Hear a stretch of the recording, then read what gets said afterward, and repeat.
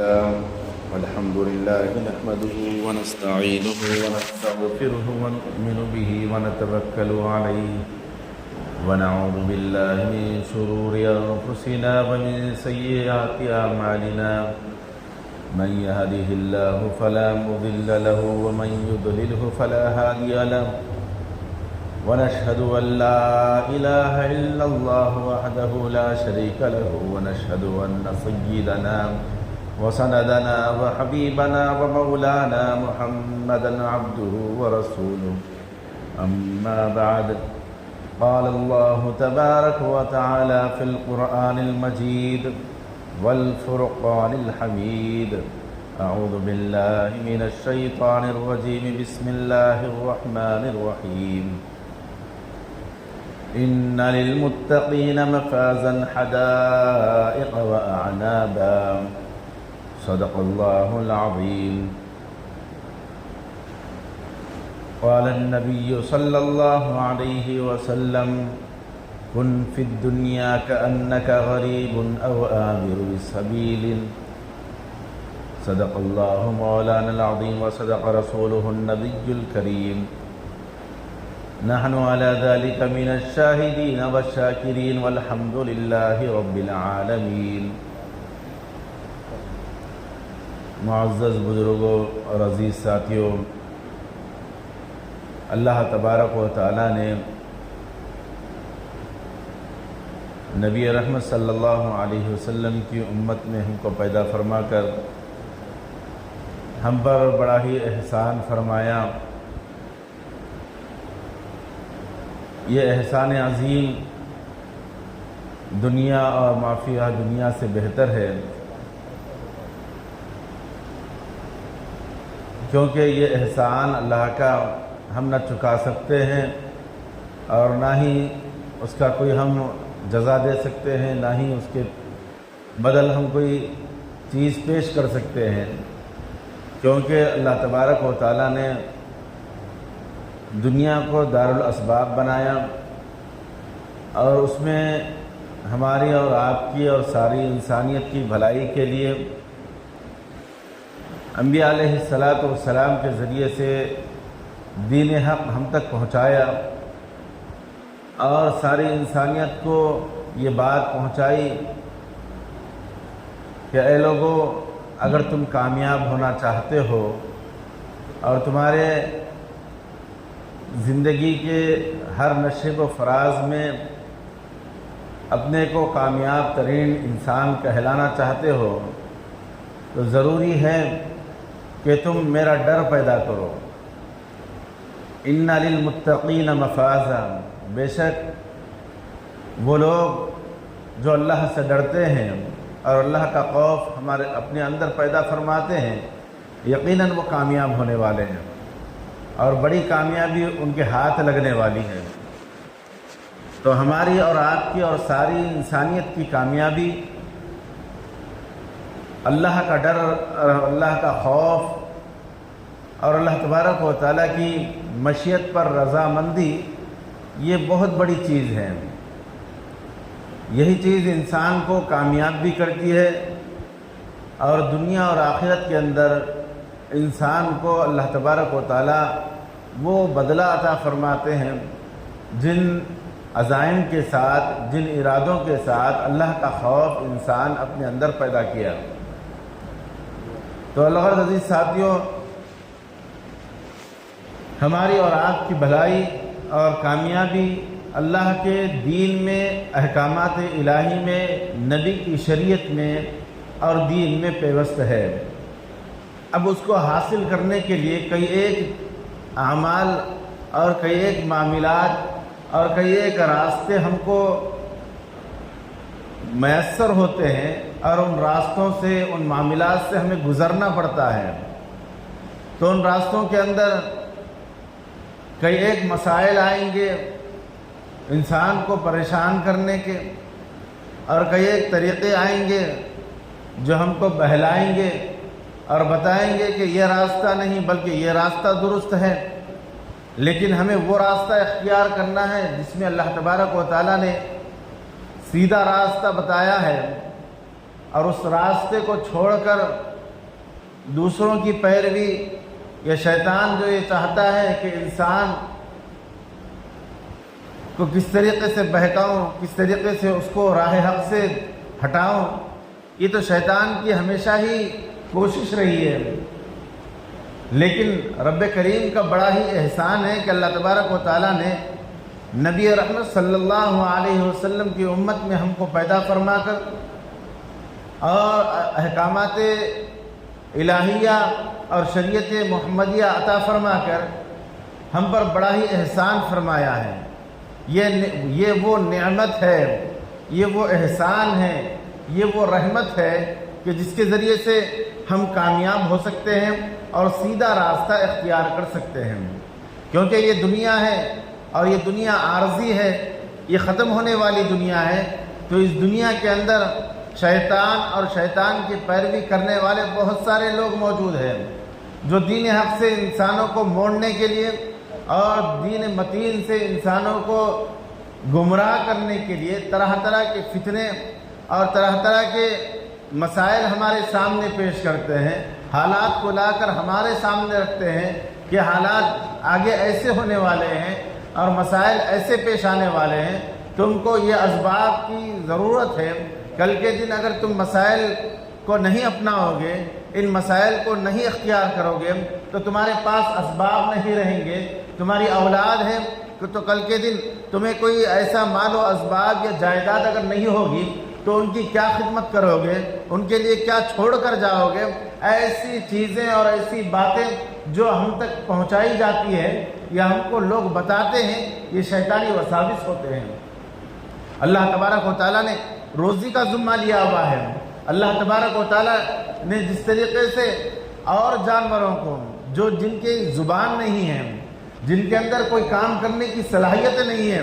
ان جانوروں کو اللہ تبارک و تعالیٰ صبح سویرے وہ ذکر کرتے ہوئے اللہ کا نام لے کر بھوکے پیٹ نکلتے ہیں، لیکن جب شام اپنے گھونسلوں میں آتے ہیں، اپنے گھروں میں آتے ہیں یا اپنے مقامات پر آتے ہیں تو پیٹ بھر کر آتے ہیں۔ تو اللہ تبارک و تعالیٰ نے جتنی مخلوقات بنائی ہے ان تمام مخلوقات میں انسان کو اشرف المخلوقات بنایا ہے، انسان کو بہترین انسان بنایا ہے، انسان کو بہترین حیوان بنایا ہے، انسان کو اللہ تبارک و تعالیٰ نے بہت ساری خوبیاں دی ہیں، اس کو بولنے کا انداز دیا ہے، کچھ کرنے کی طاقت دی ہے، کچھ اعمال کرنے کا طریقہ بتایا ہے، کاروبار کرنے کا سلیقہ اللہ تبارک و تعالیٰ نے سکھایا ہے۔ بہت ساری خوبیاں ہمارے اندر موجود ہے۔ انسانوں کو اللہ تبارک و تعالیٰ نے بہت ساری صلاحیتیں دی ہیں، بہت ساری طاقتیں دی ہیں۔ اب اس کا ہمیں کس طریقے سے عمل کرنا ہے، کس طریقے سے ان کو استعمال کرنا ہے، کس طریقے سے ہم راہ عمل اختیار کرنا ہے، اب یہ ہم کو دیکھنا ہے۔ اب اس چیز کی تلاش ہمیں کرنا ہے۔ تو اللہ تبارک و تعالیٰ نے ہم کو ایسے ہی نہیں چھوڑا، بلکہ اللہ تعالیٰ نے ہماری مکمل رہنمائی اور رہبری اور تعلیم و تربیت کا مکمل بندوبست بنایا، اور انبیاء علیہ السلام کے ذریعے سے یہ وہ تعلیمات دی ہے کہ بندہ جب دنیا کے اندر آتا ہے اور اس کو اللہ تعالیٰ نے اس کی پرورش کی، ماں باپ کے ذریعے سے اس کو مضبوط کیا، اس کی تعلیم و تربیت کا مقام بنایا، اس کو اللہ تعالیٰ نے صلاحیتوں سے اجاگر کیا، اس کی ذہنی قوتوں کو بڑھایا، اس کی جسمانی طاقت کو بڑھایا، اور اس کے اندر ایسی خوبیاں پیوست کی کہ وہ اپنے بلبوتے پر جی سکتا ہے اور وہ اپنے آپ کو اپنی زندگی گزارنے کے تمام اسباب اختیار کر سکتا ہے۔ اب ان تمام چیزیں جب اس کے اندر صلاحیتیں آ گئی، طاقتیں آ گئی، چلنے پھرنے کی قوت آ گئی اور سوچنے سمجھنے کی سکت آ گئی، تو اب اس کے لیے ضروری ہے کہ جب اللہ تعالیٰ نے نبی رحمت صلی اللہ علیہ وسلم کے ذریعے سے تعلیمات الہیہ اور شریعت محمدیہ ہم تک پہنچا دی ہے، تو اب ہمیں راستہ وہ اختیار کرنا ہوگا جس راستے کے اندر اللہ تبارک و تعالیٰ کی رضا پوشیدہ ہو، جس راستے کے اندر اللہ تبارک و تعالیٰ کی خوشنودی ہو، جس راستے کے اندر نبی رحمت صلی اللہ علیہ وسلم کی رضا ہو۔ یہ ایسی چیزیں ہیں کہ جس سے انسان دنیا کے اندر بڑا ہی ہلکا پھلکا رہ سکتا ہے، بغیر کسی بوجھ کے وہ اپنی زندگی گزار سکتا ہے، بغیر کسی پریشانی کے عافیت کے ساتھ دوسروں کے لیے بھی عافیت بن سکتا ہے اور خود کے لیے بھی عافیت کا ذریعہ بن سکتا ہے۔ یہ وہ چیزیں ہیں کہ جس کے ذریعے سے انسان اپنے آپ کی عافیت چاہ سکتا ہے۔ جب ہم اپنے آپ کی عافیت نہیں چاہیں گے، جب ہم اپنے آپ کو بھلائی کا راستہ اختیار کرنے کا خوگر نہیں بنائیں گے، تو پھر ہم جھمیلوں میں پڑ جائیں گے، پریشانیوں میں پڑ جائیں گے، مسائل کے اندر ہم پریشان ہو جائیں گے۔ تو عزیز ساتھیوں، اللہ تبارک و تعالیٰ نے نبی رحمت صلی اللہ علیہ وسلم کے ذریعے سے بخاری شریف میں احادیث مبارکہ صاف طریقے سے بیان کی گئی ہے۔ وہ یہ ہے کہ بنی اسرائیل کا واقعہ، دو ساتھی تھے بنی اسرائیل کے۔ ایک شخص کو مال کی ضرورت پڑی، پیسوں کی ضرورت پڑی، تو اس نے اپنے دوسرے ساتھی سے کہا کہ مجھے 1000 درہم چاہیے۔ اس نے کہا کہ درہم تو میرے پاس ہے، میں دوں گا، لیکن گواہ کیا ہے؟ اس نے کہا کہ گواہ اللہ ہے۔ اس نے کہا کہ ضمانت کیا ہے؟ میری ضمانت میرا اللہ ہے۔ اس نے کہا میری ضمانت میرا اللہ ہے، کیونکہ اللہ تبارک و تعالیٰ نے کلام پاک میں یہ فرمایا کہ جب تم کسی سے قرض لو تو لکھائی پڑھائی کر لو تاکہ یاد رہے، اور بعد میں دینے کی مدت بھی اس کے اندر متعین کر لو۔ یہ اللہ تبارک و تعالیٰ نے مومنوں کے لیے، مسلمانوں کے لیے، ایمان والوں کے لیے ایک ایسا راستہ بتایا کہ ایک دوسرے کے لیے عافیت ہو، ایک دوسرے کے لیے سہولیات کا مسائل، سہولیات اس کے لیے فراوانی کے ساتھ ہو جائے، کوئی پریشانی نہ ہو، کوئی دقت نہ ہو، کیونکہ اور اس کے اندر اللہ تعالیٰ نے یہ بھی تاکید فرمائی کہ 2 گواہ کو بھی اس کے اندر طے کر لو۔ تو جب بنی اسرائیل کے دوسرے شخص نے کہا کہ میرا گواہ تو میرا اللہ ہے، اور میں اللہ تبارک و تعالیٰ کو گواہ رکھتا ہوں، ضامن رکھتا ہوں، تو اس نے کہا کہ کیا یہ تو سچ کہہ رہا ہے؟ تو اس نے کہا ہاں خدا کی قسم میں سچ کہہ رہا ہوں۔ تو اس نے 1000 درہم اس کو دے دیے، اور وقت کی تعین ہو گئی کہ فلاں تاریخ کو فلاں دن ہم دیں گے۔ تو ہوا ایسا کہ دریا پار اس کو جانا تھا، جس نے قرض لیا وہ دریا پار کر کشتی کے ذریعے سے چلا گیا، اور اپنا کاروبار جو مسائل تھے اس مسائل میں پیسے لگایا، اور وہ کاروبار میں لگ گیا۔ جب وقت متعین ہو گیا تو وہ پیسے لے کر اس دریا کے کنارے آیا تاکہ کوئی کشتی ملے تو میں کرائے کی کشتی لے کر یا کشتی میں سوار ہو کر میں اس پار چلا جاؤں۔ لیکن بڑی کوششوں کے باوجود اور بڑی فکروں کے باوجود نہ اس کو کشتی ملی اور نہ ہی کوئی ایسا راستہ اس کو ملا کہ وہ دریا پار کر سکے اور وقت متعینہ پر وہ رقم اس کو حوالے کر سکے۔ لیکن اللہ کا ڈر اس کے پاس تھا، اللہ تبارک و تعالیٰ کا خوف تھا کہ وقت متعینہ پر میں نے جو وعدہ کیا ہے اس وعدے پر وہ رقم اس کو لوٹا دیں۔ تو وہ بہت بڑا پریشان ہوا، پھر اللہ سے دعا کی ہے باری تعالیٰ یہ مال، یہ اسباب میں نے اس بندے سے وعدہ کیا کہ مجھے رقم چاہیے، تو اس نے بغیر کسی چون چڑھا کے اس نے رقم دے دی۔ جب اس نے ضمانت مانگی تو میں نے کہا اللہ میرا ضامن ہے، تو وہ خوش ہو گیا۔ اس نے گواہ چاہے تو میں نے کہا اللہ میرا گواہ ہے، تو اس نے خوش ہو گیا اور کہا جب اللہ گواہ ہے اور اللہ تیرا ضامن ہے تو لے یہ رقم لے لے۔ اے اللہ، اس نے آپ کی رضا کے لیے اور آپ کی خوشنودی کے لیے وقت متعینہ کے لیے اتنی رقم دی ہے، لہذا اے اللہ میرا خوف تیرے پاس ہے، میں تجھ سے ڈرتا ہوں، میں آپ کی الہیت کو مانتا ہوں، میں آپ کی ربوبیت کو مانتا ہوں، اے باری تعالیٰ میری مدد فرما، میں کیسے کر سکتا ہوں۔ تو وہ نا امید ہو گیا، اب کوئی سواری کا کوئی سامان نہیں، شام کا وقت ہو گیا تو ایک لکڑی کا چکلا اٹھایا اور اس کو اندر چیرا اور اس کے اندر وہ پیسے امانت رکھ دی اور کہا اے اللہ جب یہ امانت وقت متعینہ پر میں بھی دینا چاہتا ہوں، اور اس نے بھی بس آپ کے نام پر، اللہ کے نام پر وہ مجھ کو دیا ہے، لہذا میں اس کو لوٹانا چاہتا ہوں۔ لہذا اس نے اس لکڑی کے اندر 1000 درہم ڈالے اور اس کو باندھا اور اس لکڑی کو دریا میں چھوڑ دیا اور کہا اے اللہ اس کو اس تک پہنچا دے۔ وہ بندہ جس نے پیسے دیا تھا ادھار قرض حسنہ کے طور پر، وہ انتظار میں دریا کے کنارے اس پار آیا اور دیکھا، انتظار کیا صبح سے لے کر شام تک کہ وہ آئے گا یا نہیں تو کسی سے وہ رقم بھیجائے گا۔ یعنی یہاں پر ہمیں اس چیزوں سے، اس واقعے سے ہمیں کیا سبق ملتا ہے؟ یہ سبق ملتا ہے کہ اگر ہم کسی سے رقم لیں تو اللہ کا خوف ہم اپنے اندر پیدا کریں۔ اللہ تبارک و تعالیٰ نے جو ترتیب بتائی ہے اس ترتیب کے مطابق ہم قرض حسنہ لیں۔ لیکن آج کا ہمارا معاملہ کیا ہے؟ اگر ہم کسی سے قرضہ لیتے ہیں یا قرض حسنہ لیتے ہیں تو ہم اس کو بھول جاتے ہیں، اور قرضہ دینے والا ہم یہ سمجھتے ہیں کہ بہت بڑا بیوقوف ہے، حالانکہ ایسی بات نہیں ہے۔ جو قرض دیتا ہے، اللہ کے نبی صلی اللہ علیہ وسلم نے فرمایا جو بندہ کسی شخص کو قرض دیتا ہے،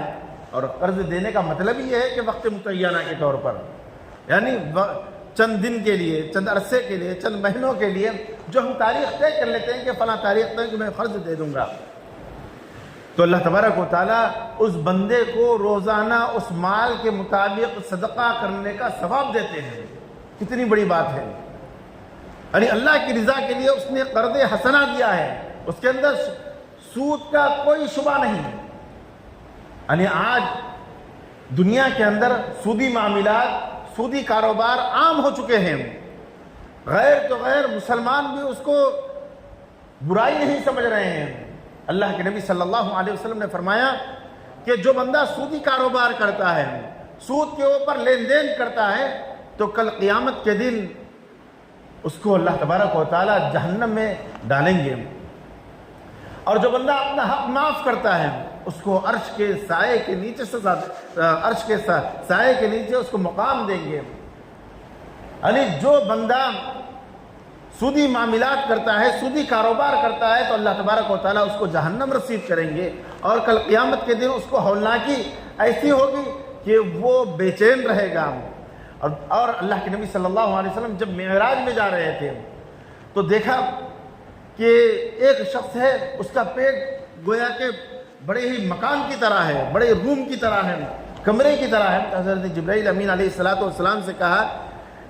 نبی رحمت صلی اللہ علیہ وسلم نے فرمایا اے جبرائیل یہ کون شخص ہے؟ کہا کہ یہ وہ شخص ہے جو دنیا میں سود خوری کیا کرتا تھا، سودی معاملات کیا کرتا تھا، اور اس کے پیٹ کے اندر سے سانپ نکل رہے تھے۔ تو اللہ کے نبی صلی اللہ علیہ وسلم نے فرمایا کہ یہ وہ ہے جو دنیا کے اندر سودی معاملات، سودی کاروبار کرتا تھا۔ یہودی یہ کہا کرتے تھے کہ جس طریقے سے ہم لین دین کے اوپر کچھ کمی زیادتی سے ہم کاروبار کرتے ہیں، اس سے اپنی زندگی گزر بسر کرتے ہیں، اسی طریقے سے مال بالمال، یعنی پیسے کو پیسہ ہم لے رہے ہیں، تو اس میں کیا دقت ہے، اس میں کیا پریشانی ہے؟ جس طریقے سے کاروبار ہے اسی طریقے سے سودی معاملات بھی ویسے ہی ہے۔ لیکن اللہ کے نبی صلی اللہ علیہ وسلم نے اور اللہ تبارک و تعالیٰ نے کلام پاک میں سودی معاملات کو حرام قرار دیا ہے، اور اس کا انجام بہت بڑا خطرناک ہے، کہ اس کا انجام کل قیامت کے دن ہمیں پتہ چلے گا، نہ وہ دنیا میں سکون سے رہے گا اور نہ ہی آخرت میں سکون اس کو میسر ہوگا۔ اور اللہ کے نبی صلی اللہ علیہ وسلم نے اس کا انجام بتایا کہ اس کے پیٹ اتنا بڑا ہوگا کہ جیسے مکانوں کی طرح ہوگا، اور اس کے اندر سانپ پھرتے ہوں گے۔ یہ معاملات ہم تک پہنچتے ہیں اور ہم کو سب معلومات ہے، لیکن وجہ کیا ہے؟ ہم یہ معاملات کیوں کر رہے ہیں؟ وجہ یہ ہے کہ ڈر اور خوف الہی ہمارے اندر نہیں ہے۔ اگر خوف الہی ہوتا، اللہ کا ڈر ہوتا، تو ہم یہ نہیں کرتے۔ تو دوسرا شخص جو بنی اسرائیل کا تھا، وہ دریا کے کنارے آیا، اور وہ انتظار میں کہ اگر وہ شخص آئے گا یا کسی کو امانت دے کر بھیجے گا، لیکن وہ بھی صبح سے لے کر شام تک انتظار کیا، کوئی نہیں آیا، تو نا امید ہو کر گھر جا رہا تھا۔ وہ جاتے جاتے دیکھا کہ ایک لکڑی رکھی ہوئی ہے، جو دریا کے کنارے لکڑی ہے۔ اس نے کہا کہ یہ لکڑی اٹھا لے کر جاتا ہوں تاکہ گھر میں جلانے کام آئے گی، سکھاؤں گا توڑ پھوڑ کر، اس کے بعد پھر جلاؤں گا۔ جب وہ گھر لے کر گیا اور اس کو چیرا توڑا، تو اس کے اندر 1000 درہم موجود تھے، اور اس کے اندر چٹھی بھی تھی، یعنی وہ شخص چٹھی بھی لکھ کر ڈالا کہ یہ وہ امانت ہے۔ تو وہ اللہ کا شکر ادا کیا اور اس نے دعائیں دی اور وہ رکھ لیا۔ ایک عرصے کے بعد جب کشتیوں کا بندوبست ہو گیا، تو دوسرا شخص جو قرض لیا تھا، وہ اپنا قرض لے کر پھر دوبارہ اس شخص کے پاس گیا اور 1000 درہم اس کو دینے لگا۔ تو اس نے کہا کہ پہلے رک جا، تو کسی کو بھیجا تھا پیسے دے کر؟ اس نے کہا کہ نہیں دیا تھا، لیکن جو تو پیسے لکڑی میں ڈال کر دریا میں پھینکا تھا، وہ پیسے اور وہ چٹھی مجھے مل گئی ہے، لہذا یہ تیری امانت تو لے لے، اور یہ تیرے پیسے یہ تمہارے ہی ہیں، لہذا تم لے لو پیسے۔ تو اللہ تبارک و تعالیٰ کے اوپر جو یقین رکھتا ہے اور اللہ تبارک و تعالیٰ کا خوف ہم اپنے اندر پیدا کرتے ہیں تو عزیز ساتھیو اللہ تبارک و تعالیٰ ان چیزوں کا بندوبست فرماتا ہے۔ آج ہم دیکھیں اگر ہم کسی سے قرض لیتے ہیں تو پہلے تو ہماری نیت یہ ہوتی ہے کہ وہ دے دے، اس کے بعد ہمارا ارادہ یہ ہوتا ہے کہ اس کو دینا ہی نہیں ہے۔ اب وہ بھول جائے، اب وہ پوچھ کر اس کے چپلیں گھس جاتی ہیں، لیکن ہم اس کا قرض لوٹانے کی کوئی فکر ہی نہیں کرتے۔ اگر ہمارے اندر یہ جذبہ پیدا ہوتا ہے کہ میری ضرورت ہے، مجھ کو اب ضرورت پڑی ہے، لہذا میں فلاں سے قرض لے رہا ہوں، اور اس کے اندر یہ نیت ہو کہ جیسے ہی میرے پاس اسباب آ جائیں گے یا وقت متعینہ پر جو میں نے وقت لیا ہے میں اس کے وقت کے متعینہ کے اوپر میں قرض لوٹا دوں گا۔ اگر یہ نیت خالص ہو اور یہ اللہ تبارک و تعالیٰ کے لیے خالص نیت کرے تو اللہ تبارک و تعالیٰ اس مال کے اسباب، اس مال کے ادا کرنے کے اسباب پیدا فرما دیتے ہیں۔ ہمارا پہلا ہی ہمارے اندر دل میں یہ ہوتا ہے کہ اب قرض مل جائے ہمیں کسی طریقے سے، اب لوٹانے کی ہم نہ نیت کرتے ہیں اور نہ لوٹانے کا ہم جذبہ رکھتے ہیں، جس کی وجہ سے حالات ہمارے اندر ایسے پیدا ہوتے ہیں کہ ہم پیسے لوٹا ہی نہیں سکتے اور سامنے والے کو ہم پریشان کرتے ہیں، اور جو مستحق لوگ ہیں، جو ضرورت مند ہیں، وہ ضرورت مند پریشان ہوتے ہیں۔ لیکن بعض اوقات ایسا ہوتا ہے کہ کوئی مفلس ہو جاتا ہے، کوئی پریشان ہو جاتا ہے، کوئی فقیر بن جاتا ہے، تو جو لینے والا شخص ہے وہ اس کو چاہیے کہ وہ اس بندے کے پاس جائے، کچھ مہلت لے لے اس سے، اور جو دیا ہوا شخص ہے اگر وہ یہ محسوس کر رہا ہے کہ ضرورت مند ہے یہ شخص تو اس کے لیے چاہیے کہ مہلت میں بڑھا دے۔ تو اللہ کے نبی صلی اللہ علیہ وسلم فرماتے ہیں کہ جو شخص جو مہلت اور متعینہ وقت تھا اس وقت سے زیادہ وقت بڑھا دے تو اس کو دوگنا روزانہ صدقہ، جتنا مال اس نے دیا ہے اس کا دوگنا مال روزانہ صدقہ کرنے کا ثواب ملتا ہے۔ کتنی بڑی بات ہے، یعنی ہم تو صدقہ نہیں کر رہے، صرف وقت بڑھا دیے ہیں۔ اور اللہ کے نبی صلی اللہ علیہ وسلم نے فرمایا، کلام پاک میں بھی یہ کلمات ہے کہ اس بندے کو مہلت دے، یا ہو سکے تو تم صدقے کی نیت کر لو، اللہ تبارک و تعالیٰ تمہیں کل قیامت کے دن اس مقام پر تمہیں جگہ دے گا اور سکون دے گا جہاں عرش کے سائے کے علاوہ کوئی سایہ نہیں ہوگا، جہاں پر جس سکون کے علاوہ کوئی سکون نہیں ہوگا وہ سکون عرش کا سایہ ہوگا۔ تو اللہ کے نبی صلی اللہ علیہ وسلم فرماتے ہیں کہ جو بندہ قرض دیا اور قرض دار مفلس ہو گیا اور وہ قرض لوٹانے کے قابل نہیں ہے، اب اس کو مہلت دے یا نہیں تو صدقہ کر دے، معاف کر دے، تو اللہ تبارک و تعالیٰ عرش کے نیچے ہم کو سایہ دیں گے۔ کتنی بڑی دولت ہے۔ تو الغرض عزیز ساتھیوں، یہ نعمتیں اللہ تبارک و تعالیٰ نے ہم کو دی ہیں احکامات کے ذریعے سے، جس کے اندر اللہ کا خوف ہوتا ہے، جس کے اندر اللہ کا ڈر ہوتا ہے، یہ لوگ یہ اعمال کرتے ہیں۔ لیکن آج ہمارا معاملہ کچھ اور ہی ہے۔ ہم تو یہ سوچتے ہیں کہ ہم جس کو قرض دیے ہیں پہلے اس کو سودی معاملات کرتے ہیں،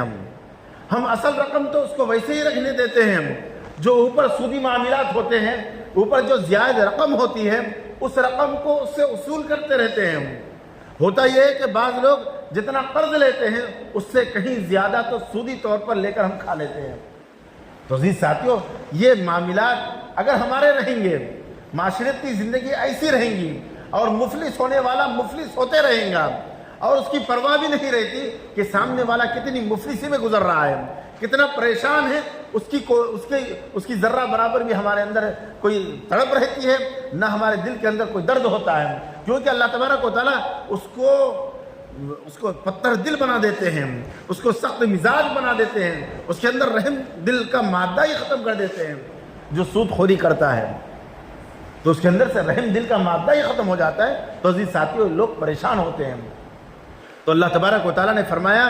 کہ جو بندہ اللہ کا خوف اپنے اندر پیدا کرتا ہے تو اللہ تبارک و تعالیٰ اس کو بہترین بدلہ جنت عطا فرماتے ہیں اور دنیا کے اندر عافیت دیتے ہیں، اور آخرت جو لامحدود زندگی ہے اس کے اندر بھی اللہ تبارک و تعالیٰ اس کو پرسکون زندگی عطا فرماتے ہیں۔ یہ زندگی ہمیں یہی بنانا ہے، پرسکون زندگی، عافیت والی زندگی، سکون والی زندگی ہم دنیا میں بنا سکتے ہیں۔ اس کے لیے ضروری ہے کہ ہم وہ معاملات اور وہ چیزیں ہم معلوم کریں جو ہم جس سے معاملات کر رہے ہیں، جس سے ہم کاروبار کر رہے ہیں، جس سے ہم اپنا تعلق قائم کر رہے ہیں، یا جس سے ہم لین دین کر رہے ہیں، ہم وہ معاملات کے ذریعے سے، وہ معاملات شریعت کے ذریعے سے معلوم کریں کہ اس کے اندر شریعت کا کیا حکم ہے۔ تو یہ چیزیں ہم کو معلوم بھی کرنا ہے اور اس کے مطابق اپنے آپ کو چلانا بھی ہے۔ حضرت ابو سلمہ رحمۃ اللہ علیہ، جو حضرت کعب بن اشرف حضرت کعب رضی اللہ عنہ کے صحبت یافتہ ہے، حضرت کعب رضی اللہ عنہ کے صحبت یافتہ ہے ابو سلیمان علیہ الرحمہ، یہ بہت بڑے اللہ والے گزرے ہیں، یعنی صحابیت کا، صحابہ کو دیکھنے کا شرف انہیں حاصل ہوا ہے۔ وہ فرماتے ہیں کہ جو بندہ اپنے قرض دار سے رحم دلی سے بات کرے اور اس کو مہلت دے اور اس کو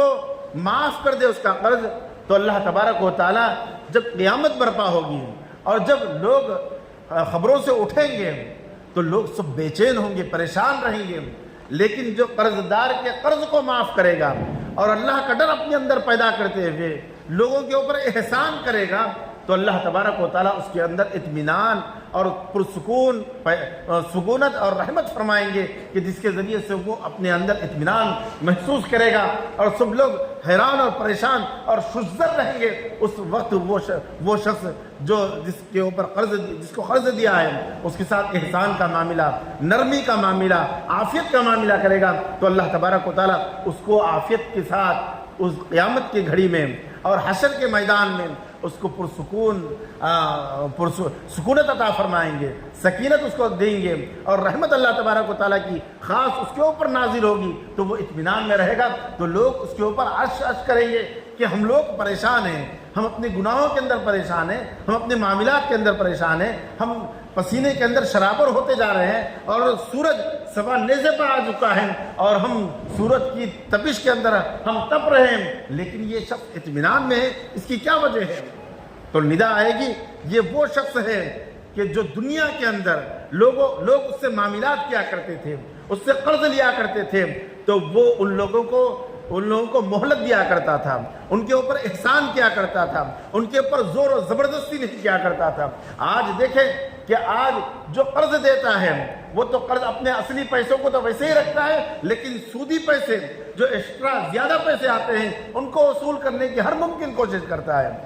وہ کسی بھی حالت میں ہوں، لیکن جو قرض اور سود کا معاملہ ہے اس سودی پیسوں کو لیتا جاتا ہے۔ تو عزیز ساتھیوں، آج اگر ہم اللہ کی رحمت چاہتے ہیں دنیا کے اندر اور آخرت اور حشر کے اندر ہم اللہ تبارک و تعالیٰ کا سکون ہم چاہتے ہیں، تو ہمارے لیے ضروری ہے کہ اللہ کا خوف ہم اپنے دل کے اندر پیدا کریں اور اللہ کا ڈر ہمارا اپنے اندر اس دنیا کے اندر پیدا کریں اور لوگوں کے ساتھ احسان کا معاملہ کریں اور لوگوں کے ساتھ ہم عافیت کا معاملہ کریں، تو اللہ تبارک و تعالیٰ ضرور ہمارے ساتھ بھی عافیت کا معاملہ کریں گے۔ اللہ تبارک و تعالیٰ یہ بولیں گے کہ تو بندوں کے ساتھ، میرے بندوں کے ساتھ عافیت کا معاملہ کرتا تھا، تو کچھ دے کر تو ان کے ساتھ درگزر کا معاملہ کرتا تھا، آج تو اتنے گناہوں کے ساتھ آیا ہے، تو اتنے معاملات تیرے ساتھ ہیں، لیکن میں تیرے ساتھ احسان کا معاملہ کروں گا، میں تیرے ان گناہوں کے اوپر اپنی ستاری کا پردہ ڈال دوں گا، تو اتنے خطاؤں کے اندر آیا ہے، میں اپنی ستاری کا پردہ ڈال کر میں سب معاف کر دوں گا، کیونکہ تو دنیا کے اندر تم میرے بندوں کے ساتھ احسان کا معاملہ کرتا تھا، بندوں کے ساتھ شفقت کا معاملہ کیا کرتا تھا، لہذا آج شفقت میری تیرے ساتھ ہوگی۔